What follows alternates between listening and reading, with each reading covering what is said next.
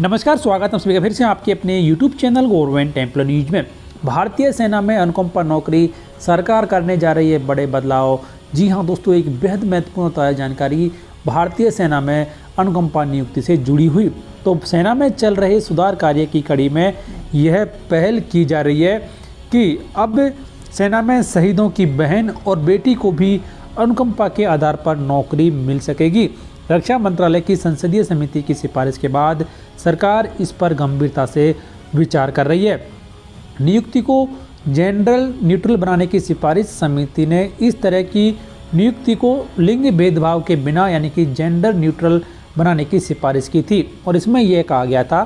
कि शहीद जवान के एक बेटे या भाई को अनुकंपा के आधार पर सेना में तुरंत मिलने वाली नियुक्ति को उसकी बेटी या बहन तक विस्तारित किया जा सकता है।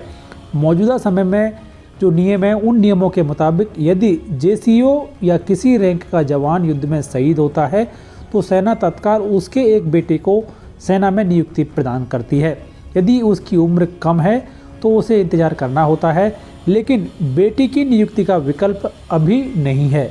यदि शहीद हुआ जवान अविवाहित है तो उसके एक सगे भाई को यह मौका दिया जाता है, लेकिन बहन के लिए यह विकल्प मौजूदा नियमों में नहीं है। लेकिन यदि शहीद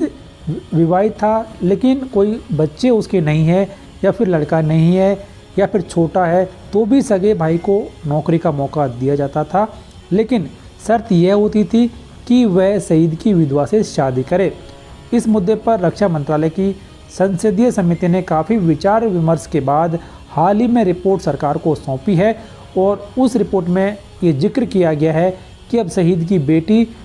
और या फिर उसकी जो बहन है उसे भी नौकरी के लिए योग्य माना जाए। मौजूदा नियमों के चलते इस योजना का लाभ सभी शहीद सैनिकों के परिजनों को नहीं मिल पाता है और समिति के समक्ष नौसेना ने बताया था कि 2014 से शहीदों के परिजनों को 35 नियुक्तियां दी गई हैं, जबकि वायुसेना ने 2016 से कुल 30 नियुक्तियां दी हैं। लेकिन सेना की तरफ से ये बताया गया कि उसके पास इसके संबंध में कोई आंकड़ा नहीं है।